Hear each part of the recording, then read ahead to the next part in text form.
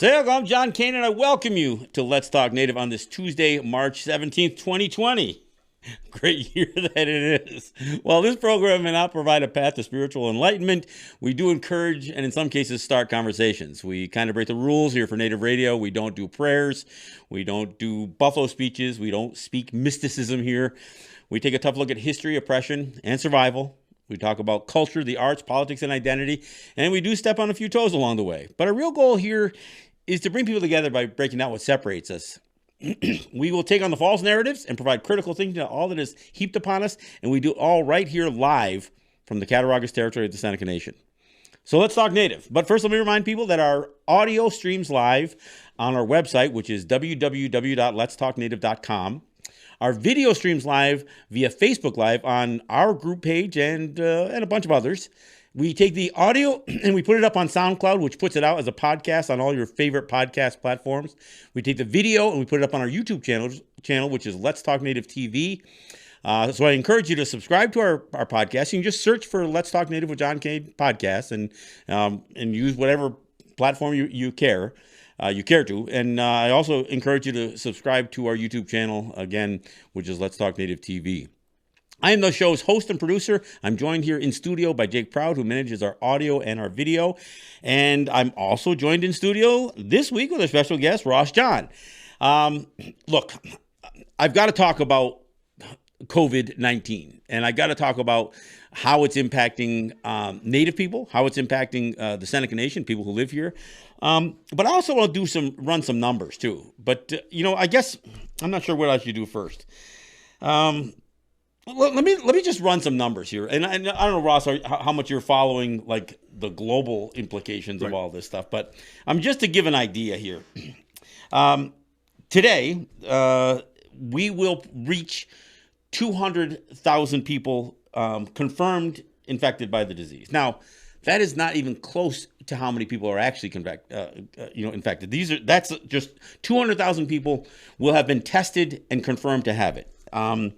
That is up from 180,000 just yesterday. Mm-hmm. And again, a lot of these numbers are growing. These numbers are growing just because more people are being tested. But at the same time, the number of people being tested is growing. The number of people who are being infected is growing. So the numbers are kind of deceiving. So out of the ones who are confirmed to have it, which is almost 200,000 people, 7,972 have died. Now, I realize that that's not all the people who have it, but just based on the numbers that you have, if you do the math, and the math is simple, folks. If you just take the small number and you divide it by the big number. So if you divide 7,972 by 199,413, which is the number of people who are actually confirmed infected, that means the mortality rate, based on the biggest numbers possible, which should be the most accurate, is 4%. Yeah. That's a scary number. Sure. Now, again, that's only based on the number of known deaths associated with the disease and the number of known confirmed infections. But that's globally. Here, the U.S., the number is almost 7,000 people. By tonight, it'll be 7,000 people. Now, that's up from 4,200 yesterday. Mm-hmm. Again, that's not how many people have it. That's how many people have been tested and confirmed to have it. Just to put it that in perspective, the United States has 300 million people. Only about 25,000 people have been tested.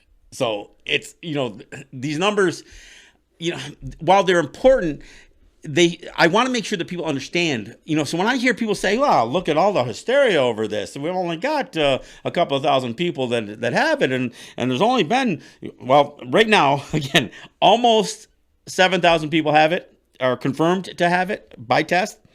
And there's been about 106 deaths so far. And the mortality rate is up almost 3 times what the flu.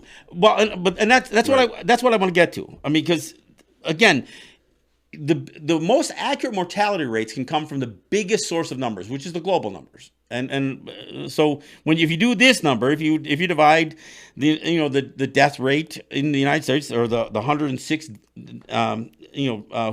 who've been killed by this disease, by the almost 7,000 people who have been tested, that number doesn't come out as 4%. It's lower, but I'll explain that a little bit later. Let me get to New York.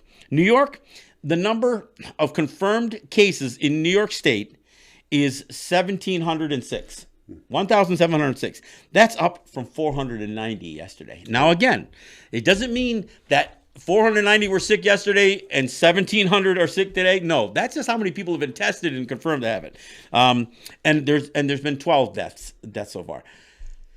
No, the reason I think it's important to understand some of this stuff, because we keep seeing people put up numbers about the flu, and we talked about it the first time we talked about this on the show.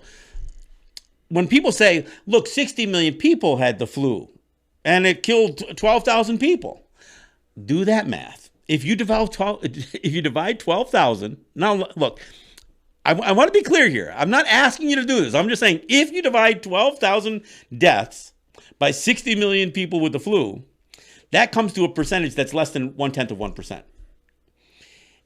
If 1 million people in the United States get this disease, and the death rate, even if it isn't 4%, if it's 3%, that's 30,000 people, just out of 1 million, not 60 million. So when you ask that question, why all the hysteria? Because this is a very contagious disease, and it does have a higher mortality rate, thus far, at least based on the numbers. That's the concern. Now, so why is the mortality rate lower in the United States than in, say, Italy or any place else? Well, let me explain this. It's not because Americans are healthier. They aren't.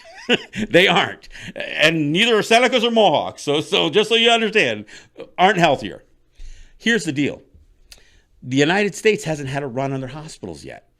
China did. Other countries, Italy, they're losing 20 people a day in moderate-sized hospitals. Why? Because they got to decide who gets a respirator, who doesn't. There hasn't been enough people hospitalized based on the progression of this disease in the United States to make a run on the hospital. If there's going to be a mortality rate, even if people do go to the hospital. But the mortality rate will rise when people can't go to the hospital who need to. It's really important that people understand the numbers. And it's hard to take these numbers and draw any final conclusions because we're at the very, very start of all this. Right. And that's what people are missing in all this stuff. Again, let me say this. Only about 25,000 people have been tested in the United States. In Erie County, the county closest to where we're at here, Western New York, the biggest county, most populous county here, there's only about 13 people that have been confirmed, but they've only tested, I don't even know if they've tested 100 people yet. Mm-hmm. That's how low it is. Now, that's so what people understand the numbers. This is a real concern. And, anybody who says, well, this is terrible that I got to stay home.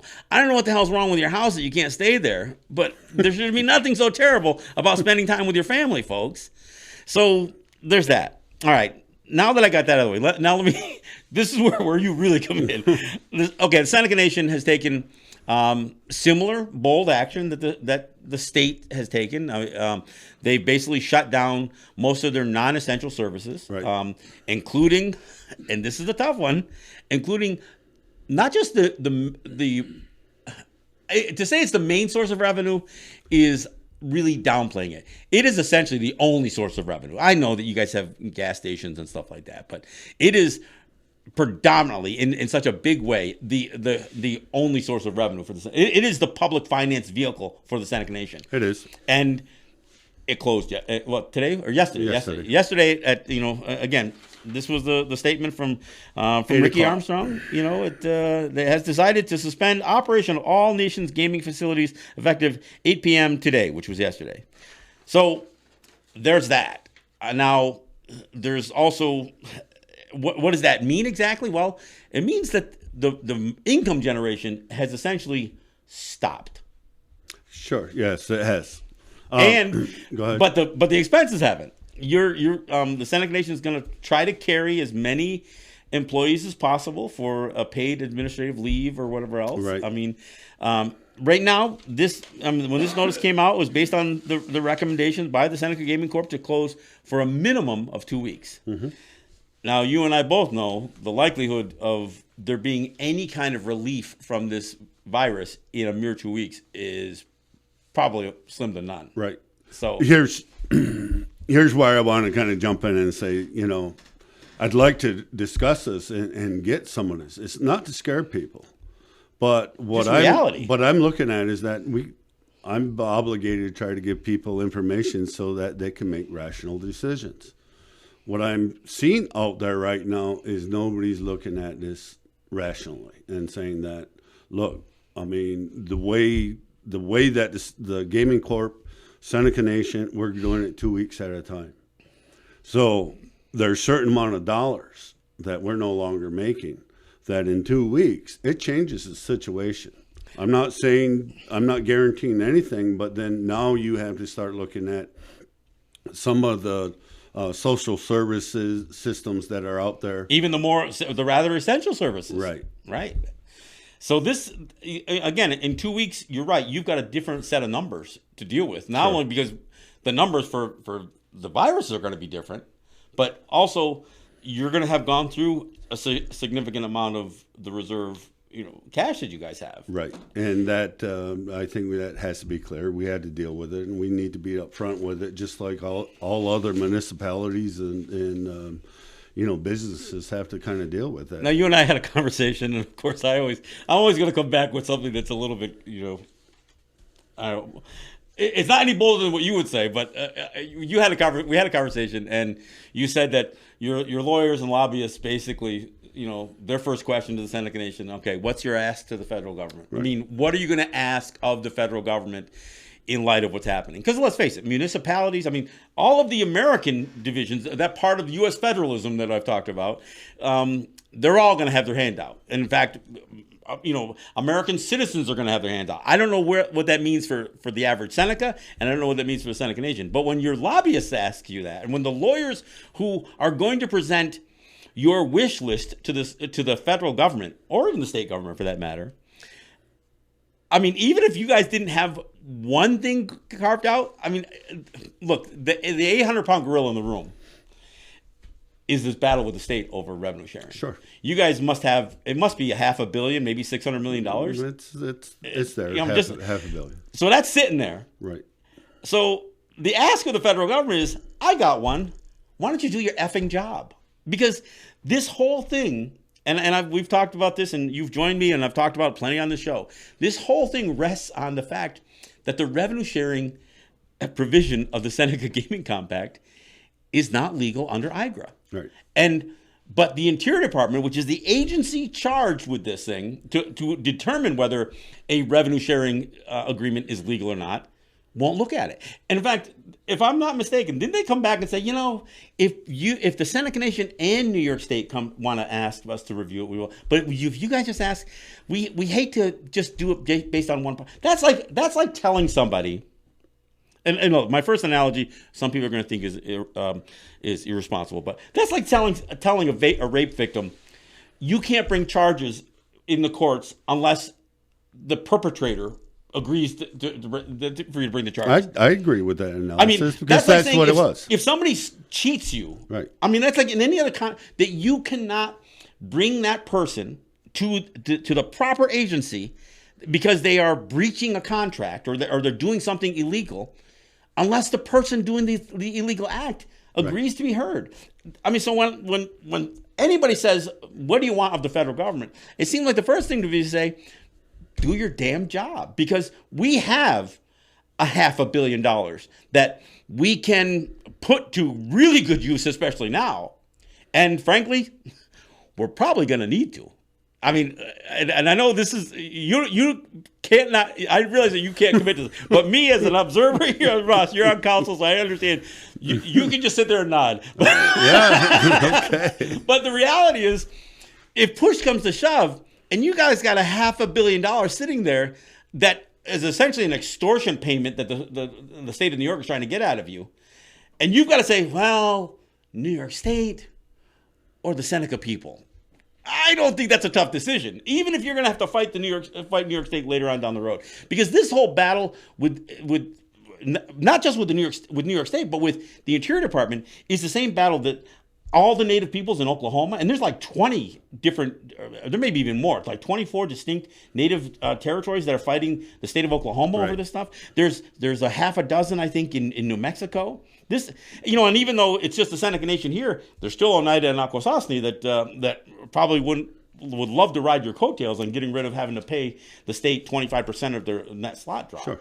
So, so for me, when the lawyers and the lobbyists say, what would you like out of the federal government? Well, before we start asking for anything else, just have them do their job and have them reel in, Andrew Cuomo. Right.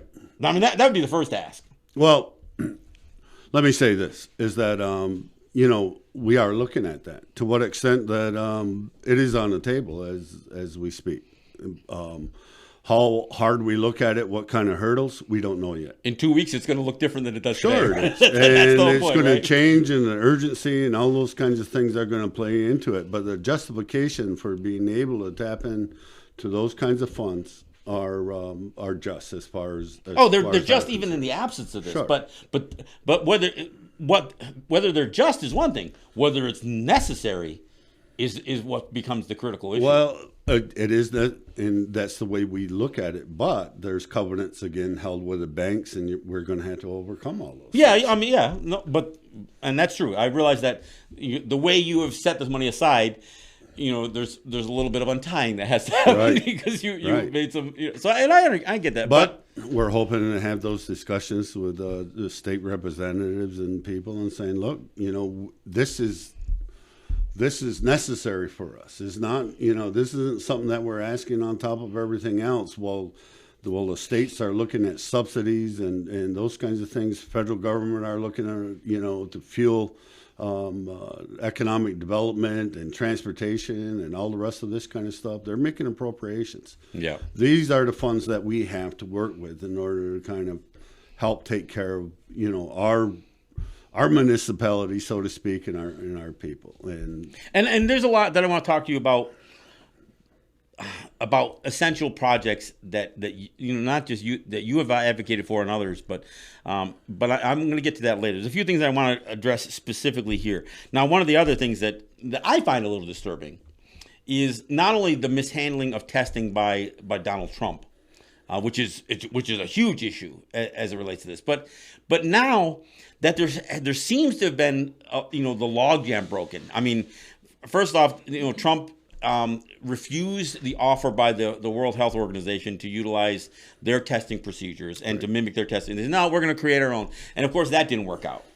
But so now you've got not only the CDC that's developed testing, you've got private labs, and you've got the county that has labs, you've got the state that has labs. There are labs they're contracted with that are private company labs, and of course there's the CDC.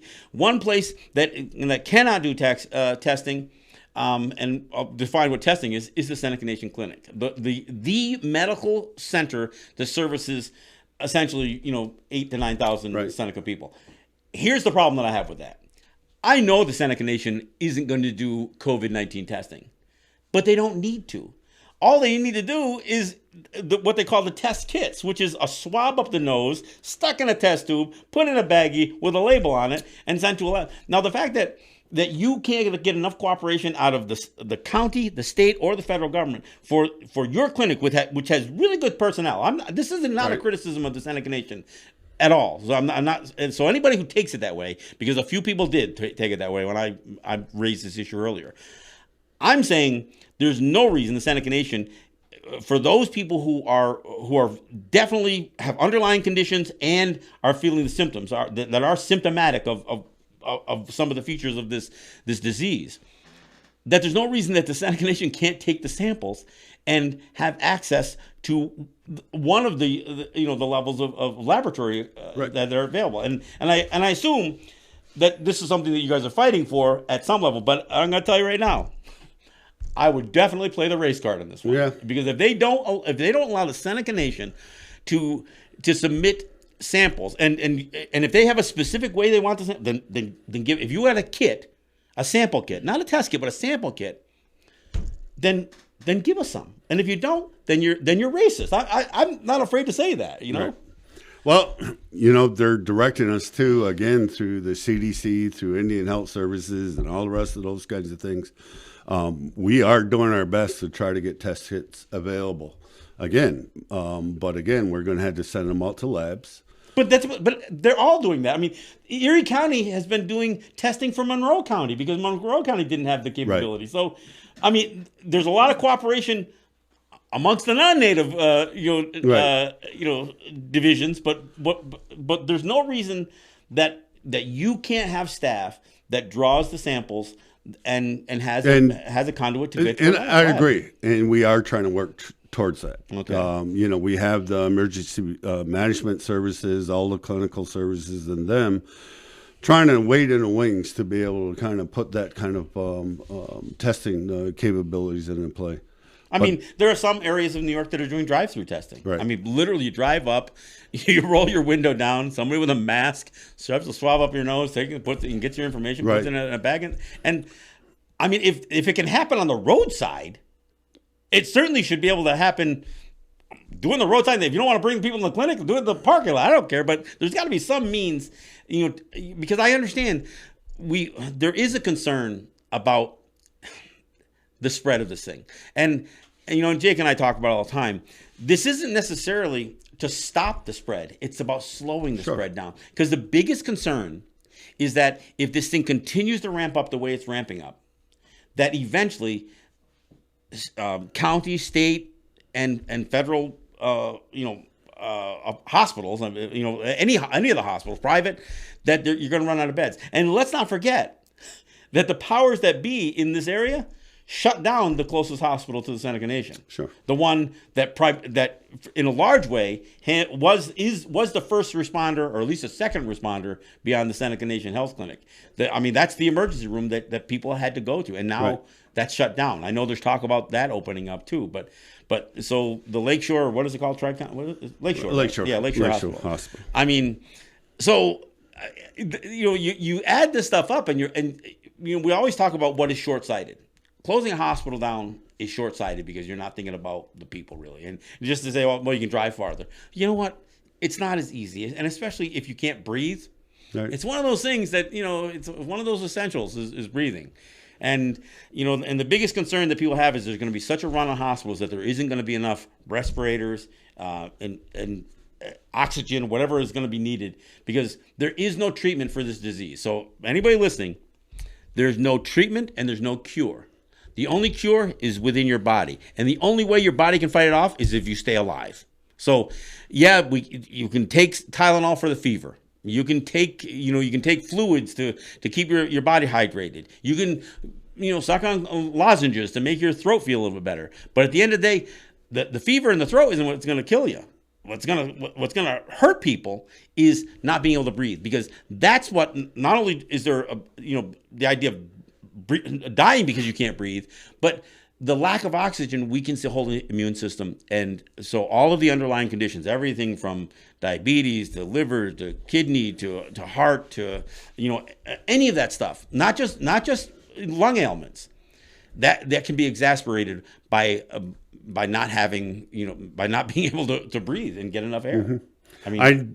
I know a few diabetics that were in care for kidney failure and those kinds of things that were sent home to make room in the Buffalo system for a possible run of this virus. Yeah. And they, in normal circumstances, they would have still been there. Yeah.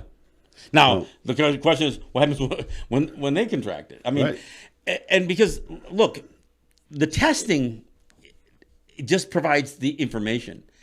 I mean, when I do all these numbers and I throw all these numbers out there, make no mistake about it, this is going to continue to spread. Sure. Testing doesn't stop this thing from spreading, and slowing it down doesn't stop it from spreading. It's about the velocity by which it is. I mean, we don't know. I mean, we can't sit here and say how many people are going to be infected, because I'll tell you one thing. Here's another issue. There are some people who may have already had this and have survived it. If you look at the numbers right now, they come from a couple of websites.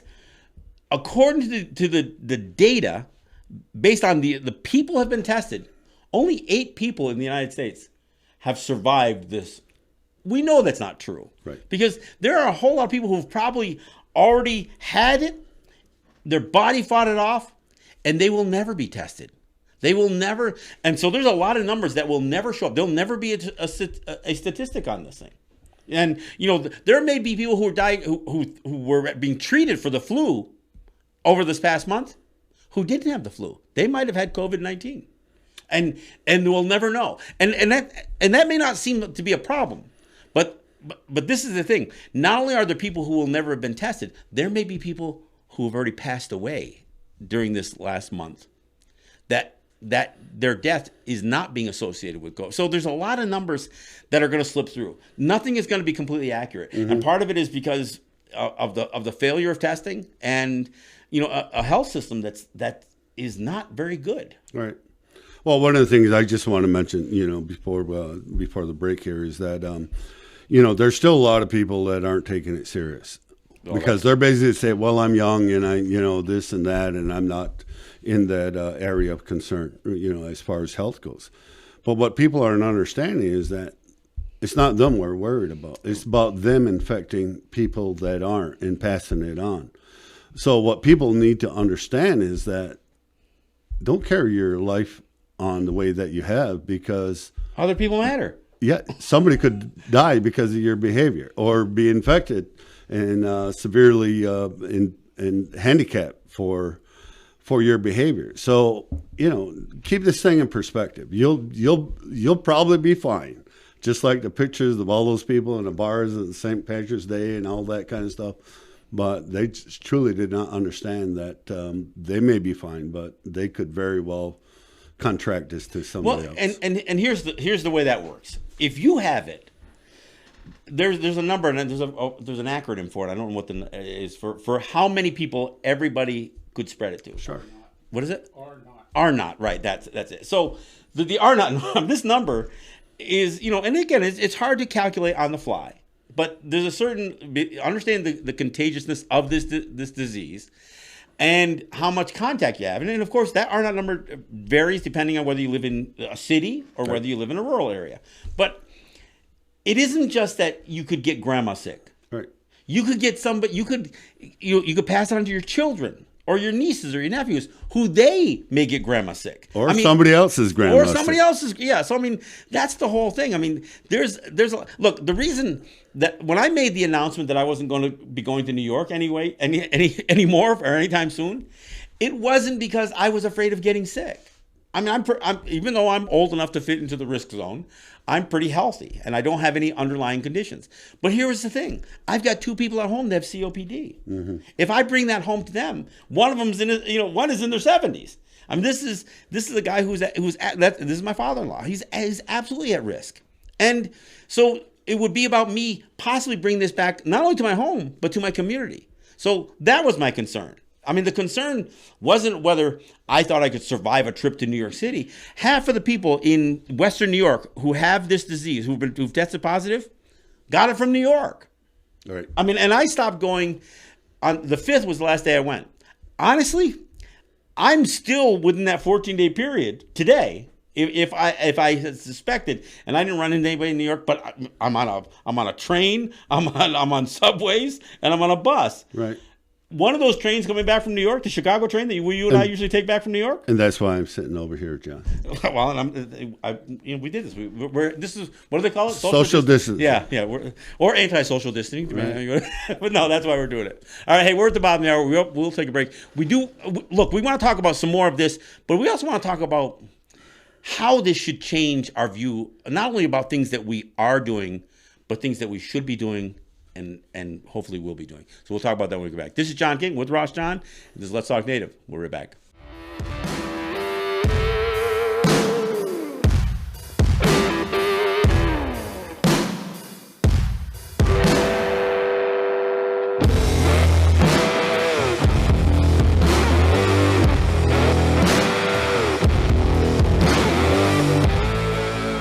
All right, thanks for coming back. This is John Kane, and this is Let's Talk Native. I do have Ross John in the studio, but before we get back to Ross, let me again thank my sponsors. Frankly, Ross is one of them. So let me thank Ross and Holly John and the RJE family of businesses. I want to thank Eric White and ERW Enterprises, the folks at Grand River Enterprises, and the folks at Cat Res. I want to thank these guys for stepping up and joining on our sponsors list. And I also want to thank all of you who shared the show. And I know it's easy to get excited when we're talking about, fights in Cayuga territory or roadblocks in Tandanega. But this stuff is important, and I try to talk about something every week that should be a conversation that we continue, and that's what we're trying to do here. So again, I appreciate all of you who share the show, share the podcast, the videos, all that stuff, Facebook, shares, all that stuff. I appreciate that. You're part of the program, and you're part of the sponsorship, essentially, by being a listener. So I appreciate that. All right, let me get back to it, Ross. There's been a few people, and your wife is one of them, that have said, what can be the positives that we take out of this? I mean, how can we look at this thing?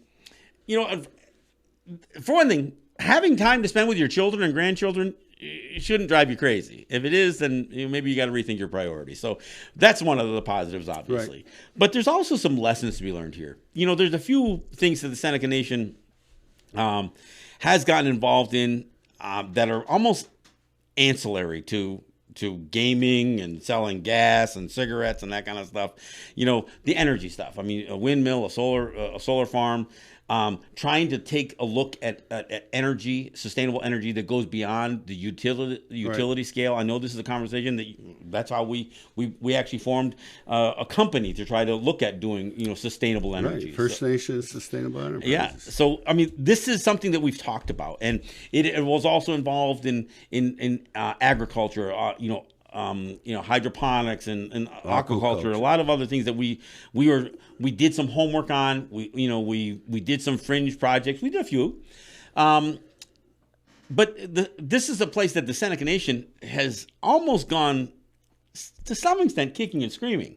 I mean, look, they're good at doing the big projects and spending lots of money in that, but the scale that we've talked about, the idea of residential wind, residential solar, and trying to get people involved in sustainable energy in a way that creates more along the lines of independence. And I'm not saying independent from the Seneca Nation, but just a greater scale of independence. I mean, let's face it. The problem with the two big energy projects that you have is they're still using the outside grid. Yes. And it relies on the state credits it's about revenue generation. Right. It's not about providing energy to Senecas. I mean, you guys are using some of the energy. I get that from if not directly, indirectly discounts basically. Yeah. So but at least that's the thinking that's in the right direction. Now the other place, I talked about hydroponics, but just agriculture. I mean, I know that the farm project that you've advocated for and others have, oftentimes is a challenge to get other people to realize the value. I mean, if there's one thing that should be learned through all this is that I did a show last week, for instance. I did a show and I kind of mocked, and not to downplay COVID-19, but I called it COVID 1492. And I called it the plague of assimilation, because we have not maintained some of that distinction, some of that independence that we had for thousands and thousands of years. Right. So food sovereignty, which is something we've talked about, and now is a bit of more of a, it's common in the vernacular, but food sovereignty, the idea of being able to produce at least some level. And, this relatively small farm project has demonstrated some of that. Sure. And beyond that, there are people like yourself and others who have done more with white corn beyond the Seneca Nations project. So there are people that have begun to step up, but we're not nearly where we need to be. No, we're a long ways off. But, again, this is something that'll hopefully enlighten people to the reason why. Look, right now, the farm program is in a position to help feed people within the Seneca Nation, and with its basic staples. Right now, there's corn. There's 2,000 pounds, that's in one drying bin, and then in the next one, there's 3,000 pounds of braids. There's 50-pound bags, almost 40 pounds of 50-pound bags, and we're starting to look at the growing season coming along. There's other corn vendors or people, farmers in the area that we could also get the same kind of white corn or different kinds. There are people that have put up also quite a bit of roast corn. people have a hard time because it is about that independence. And I realize that it's kind of a shock to the younger generation. But when I talk about a younger generation, I'm talking about people in their 40s. Yeah, you're not talking about kids here. Yeah, 40s and back. Yeah. And so the idea of going back to homesteading, and where a family takes care of a property, not just plug and play. There's where that assimilation. And try to live a certain at a certain level, sustainable from that right. parcel. Yeah, right. And can you feed yourself? And I'd like to say that I know a number of people, and including my family, I hope, would be able to very well get through this for years and years and years. I mean, you've got sons who are hunting, so I mean, there's venison, there's turkey, there's a lot of stuff. Now, is the Seneca Nation sustainable? No. Are the Seneca people? No. But there are individuals, right. And there's a place. Right. At least, look, if you put in a garden in this year, and you eat good, healthy food, even if it's only for a couple of months, that's better than what you did last year. Right. And so that's the whole point, to get to a place, right? But to get to that place also is that right now the Seneca Nation is looking at bringing in trailers, freezer trailers, for the access that they won't be able to now be able to cook and supply to gamers and the casinos and those kinds of things. But that'll have its run. Yeah. And then... Well, in fact, I mean, I see that in some of the Seneca Nation's material, Seneca Corporation, there obviously you have there's food. Yep. Both the bingo halls and the casinos and different other agencies. Yeah, that now are becoming something that could be a service to the Seneca people. I mean, right. If the casinos are shut down for a couple of weeks or for 8 weeks, I mean, which may be the case, there's food that should be put to use. Right. But you're right, it doesn't need to be cooked for them. I mean, there may be some things that have to be. I don't know, but to some extent, they should be put into removed from the casino, right, or from those enterprises, put someplace that they can be, coupled with, whether it's the USDA stuff that you guys have and some of the, mm-hmm. and packaged up or divided up so especially the neediest Seneca families, right, can have access to it. But you're right, there are some short-term things that have to happen for that to happen. But there should be a longer-term view, which right. is kind of what the farm project is. But that's there. Yeah, that's what we're looking at, and getting people to really recognize, because now you even see the shortcomings, is that we've put off our funding for what would be our cannery and our processing, where we would freeze food. But it also, what we're really lacking now is coordination of storage space. Where is it going to go? Where's all the dry storage going to go? Where's all the stuff that needs to be refrigerated? We're making headway. We're bringing in trucks, mm-hmm. but we do have a number of buildings, like you said, AAA, all of our athletic, CCC, ACC, our elderly facilities, and all those kinds of things have refrigerators now that we can put into play. But there should be a longer-term plan. Is that, and there's only so much refrigeration that you're going to do, and then some of it is back to that basics of dry corn. Yeah. Where's all those staples, and what are we going to use as a staple for, that nutrition? Right. And then how are we going to dispense the protein that we have? We've also talked about maybe going out. We have shock boats basically for our fisheries and stuff like that. Hatcheries. Yeah. It may be wise for us to go out and get 1,000 pounds just in case people need protein. Now, mm-hmm. It's not going to be fish fries. This is fish sticks. No, yeah, this is It's going to get that could be fillet of fish, and this is going to be people who haven't perhaps cooked fish in their entire lives, or for the first time going to have to learn how to do that. Right, and that's a curve, right? But I hope people aren't afraid of it, because this is the time to learn. I mean, look, I know with this disease, this virus going around, it may seem like a desperate time, but we're going to survive this, right?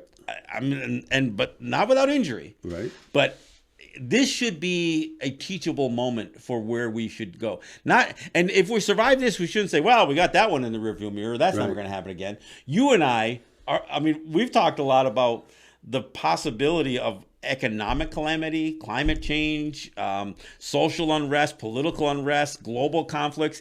we never even threw a pandemic into the mix. Shame on us for not thinking of that. I mean, it's not like that's never happened before. But it makes all the sense. It makes a lot of sense. Yeah. I mean, that's a lesson to me. Right. I mean, because, look, you see, SARS and MERS and Zika and Ebola. You see all these things happening.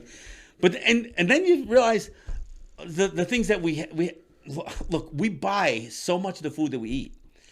I mean, and it's not even just the protein stuff. Right. I mean, think about the fact that romaine lettuce was dangerous to eat. How the heck could you screw up? You know how you screw up romaine lettuce? You spray crap on it on the fields for fertilizer. Right. I mean, some of the way that pig farms work. I mean, I don't know if you've ever been down in the South when they spray that stuff in the air. It smells so bad. Right. And you're literally breathing fecal matter because that's the way the industry farms. It doesn't have to be the way that we do it. And and that's the thing is, the reason I talked about last week this what I call COVID 1492 is we need to think about how we pull some of our practices back and we come up with native solutions for the problems, not rely on somebody else's idea of a solution. Look, there's a couple ways that this goes. As a family, I sit down with my family all the time and say, okay, where are we going? How are we going to be sustainable on ourselves and not a burden to our nation or our people and be an asset and those kinds of things? The Seneca Nation, on one hand, is starting to have those conversations, and this is actually throwing a light to it, actually a torch to it. Yeah, I'll bet. Because we were just asking for those microgrid programs to be really thought about and where we're going to put resources so that we can be autonomous, generating our own services, managing our own water. And cleaning it and whatever else we have to do, as well as, homes. But this farming and growing is the key product to it. And what we wanted to do is be able to have a hub here that we could have relationships with native and non-native people.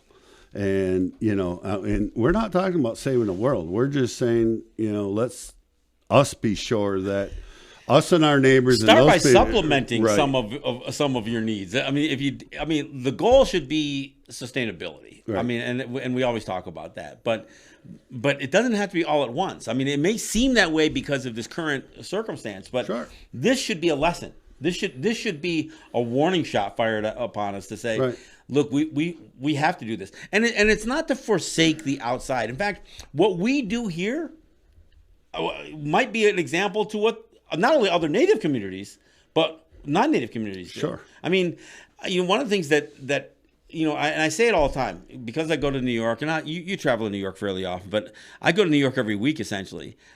I still think it's insane that people live in environments like that. For one thing, people, a lot of people are speculating where did COVID-19 come from? First off, in case you don't know what COVID-19 means, it's coronavirus disease, and it came in 2019. It came at the tail end. That's what COVID-19. Just in case you're wondering, okay. So where does it come from? Well, they don't know for sure, but the likelihood is because in some of these in Chinese cities, the city where this thing first showed itself is a city of 6 million people, but the outlying area is close to 60 million people. You've packed in all these people there. And you know what they bring into those environments? Some of their cultural foods, some of their traditional foods. The problem is, in order for those foods to be available, people are bringing them in. Some of these are live animals. Some of them are not live animals. Some of it's seafood, and they bring them in these huge, what they call wet markets. They're wet/live markets. You created an unnatural environment where bacteria, virus, any number of pathogens that are more associated with animals get to mix, but human beings created that environment. Sure. And why they did it? Because it's an unnatural thing. Look, my co-host in New York reminded me. Well, Native people did cities too. Yes, we did, and they didn't work out very well. They didn't get wiped out because of white men showing up. Cahokia was done before first white man ever laid his eyes on it. It was resource because it didn't work, right? Yeah, you took everything so close to you, and it went further and further, and now you're living. It also in a does desert. some things to human thinking. I mean, this is where cultish things come up. I mean, so superstitious things. This is where hierarchies and power and crime. You don't have that pretty much in egalitarian or in agrarian societies. You do see it when you pack people together, where there's a more of an intense struggle for food and for. I mean, look at the homeless people in New York City. Sure. It's incredible. So, I mean, I want to throw this out there because it's insane. The way, I mean, we live for the first time in human history where the majority of the population of the planet live in cities, not places where they can be sustainable. Mm-hmm. But for those of us who do live in places where we could be sustainable, we got lulled into COVID 1492. Right. We've got so used to working for the dollar to buy the stuff and not working for the stuff. John. But you know how difficult it's been all these years. I'm going to tell you something, and not to throw the Seneca Nation on our bus, and it's like, but the foresight to be able to put a farm system together, and then at this point still not having energy sustainability and those kinds of things, we're lacking. But we're lacking like a lot of other people. Like I said, is that there's generations of people that just don't seem to get it. I was brought up in an era where people were still talking about these times were going to come. Mm-hmm. And they were talking about the environment. And it wasn't being prophetic. It was just being sensible, pragmatic. They understood that we're living a finite environment, and when you start using it. But they also understood a little bit about the microbial life of things. And it was always going to be those things that we don't see because they were going to sneak up on us.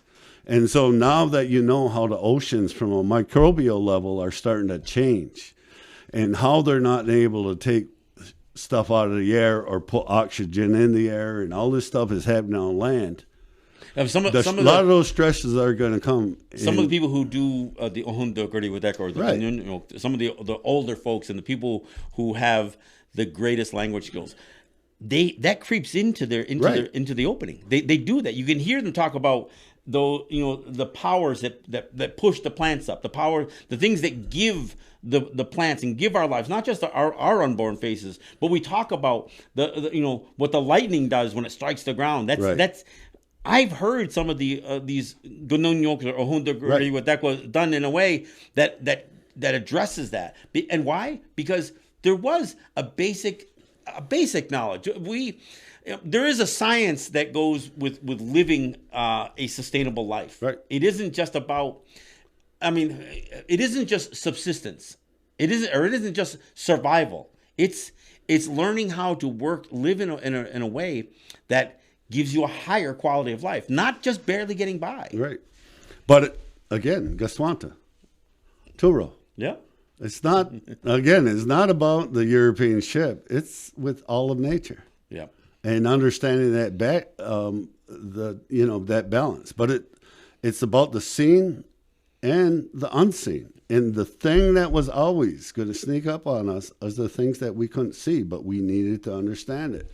So maybe now we can wake up to it, because this virus is not that much different than the climate that's changing. And there are going to be more of these coming because the environment is changing. And it's changing at levels that we can't see. Man is responsible for a lot of the disease that we're plagued with. Sure. So whether it's diabetes, whether it's cancers, let's face it, we've done a lot of this. And even this disease, although I don't subscribe to this bioengineered disease that was weaponized, but these naturally occurring diseases happen because we have done some unnatural living. Right. And I'm also going to suggest that just because something's naturally occurring doesn't mean that it doesn't get used politically, militaristically. Look, smallpox was a naturally occurring.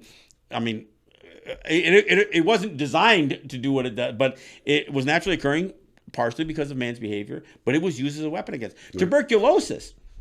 I mean, people forget we lost a lot of kids in those residential schools because tuberculosis was allowed to fester and spread amongst the native populations. So the idea that diseases like this could be weaponized if we are ill prepared, but if we improve our quality of life, if we improve our immune systems because we are living healthier, if we do the right things, that's defense too. I mean, defense isn't just about, arguing that you have the right to bear an arm. Right. Here's what it comes down to in the end too, is that I'm starting to see, sitting in a counselor's situation and there's a significant number of our people that aren't prepared. Oh, yeah. And it's like we've gotten so used to, what's the Seneca Nation going to do for me? And it's like no, you mean I just assumed that everybody was taking care of their households, that they were, able to ride through something like this.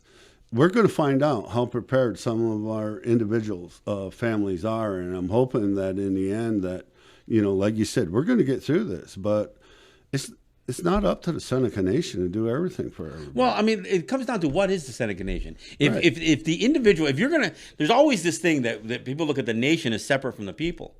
Look, everybody needs to step up, and I think people and people are. I mean, I see people that are volunteering and they're trying to offer their services to do some things, but you know what? There is no reason that in our language, right, in Mohawk, we don't have a word for sovereignty, but we say tewa tatawi, and it means I carry myself. Sure. We carry ourselves. And we've got to get back to the idea of carrying ourselves. So the nation only has so much because it operates through dollars. Right. When those decisions get made, and I'm just hoping far enough families are ready to carry themselves if it comes to that point. And I'm really, that's my biggest fear, is that we're not. Too many people are saying. One thing that got me is that when we start talking about food preparation, like coming from the casinos, people will start saying, "Well, who's going to cook it? Where are we going?" And it's like, what are you talking about? No, look, take it home. It's one thing to prepare a box lunch, but some of the stuff, no. We've got some stuff we can give you, but you're going to have to cook it. Yeah. I mean, the thing that we have to, we're going to put it in your mouth too. I mean, geez, come on. Look, at some point, people have to realize that we all have to step up and take care of ourselves and the people around us, and then try to reach out and do as much we can for our neighbors. There does have to be a stronger sense of community. But you're right. This shouldn't be looked at. We're not. Socialism, gets this connotation because people think socialism doesn't mean government does it. Right. It means that you do things more communally. So we have to have a stronger sense of community. Sure. We have to have a better sense for, look, I realize that not everybody can butcher a deer as well as some can. Some of us can and some of us can't. Mm-hmm. But, then that doesn't mean we all can't hunt. Right. But don't just go killing a bunch of stuff without any means to eat it. All that being said, I don't want to take the responsibility from the Seneca Nation in what it's going to do to try to keep dollars flowing to employees and all those kinds of things. And services, I'm going to tell you right now is that we're ready to go broke. But if that happens, there's long-term effects. Trying to keep those dollars flowing, those kinds of things, because right now it's not coming back in. Well, the founding fathers of the United States, the one thing that they advocated strongly against was democracy. Yeah. John Adams, why he detested the idea of democracy? He says, because if you give the power of the people to depend only on the nation's treasury, right, they'll bankrupt it. There you go. And, look, I'm not criticizing doing annuities and that kind of stuff, but you and I talked about this for years. And what a mistake I thought it was to create a situation where people depended solely on what the Seneca Nation can provide them. But we were short-sighted. We build because we're a political entity, and we never really, we spend I've said it on this show many times. We spend every dollar we make. We don't. Well, we really aren't doing a great job of putting money aside. Well, and you're not the only ones. I mean, look at the Pequots went bankrupt, right? Because people were trying to lend them money left and right, and they built and built and built and built until they couldn't pay for it anymore. Right. So, and we're going to have a run now on some real cheap money, and it's like, does it make sense? You know, there's going to be people that are coming to the nation and saying, zero. Hey, this is a great time to borrow. And you're right. So there's a whole lot of money that's going to be offered up, and you know what? There may be an appropriate time to do that, right? But you better have a long-term sustainable plan for that, not just spend money because it's cheap, because it ain't free. Yes, and I agree, but I've heard it before within our walls, and it's like, well, the money's never going to be this cheap again. And it's like, cheap money isn't cheap. It's not free. It's not free. Let's put it that way. Well, and again, you've got to, if you're not insuring, and I don't mean just make more money.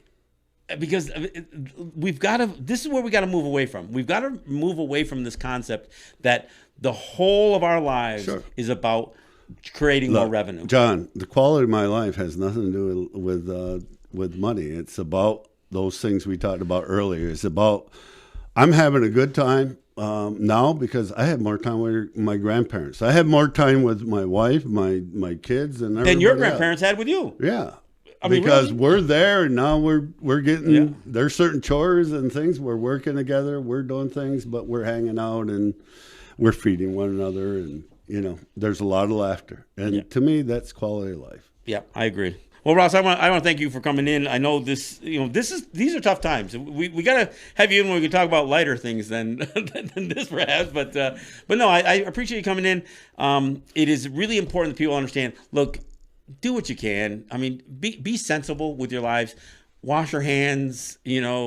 This may not be the best time for people to visit your grandparents. If you're sick, then stay home. I mean, let yourself cycle through some of this stuff. Try to be smart. I mean, and if you shop, don't clear everything off of a shelf. I mean, buy what you need, but don't deprive people of other stuff. I mean, look, just be sensible. Be a human being.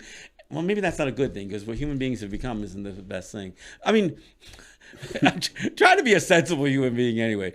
Be unwe, okay? Be real. All right. I want to thank you guys for listening. Again, I thank Ross John for coming in. This is John Kane. This is Let's Talk Native. We'll see you next time. Yahweh.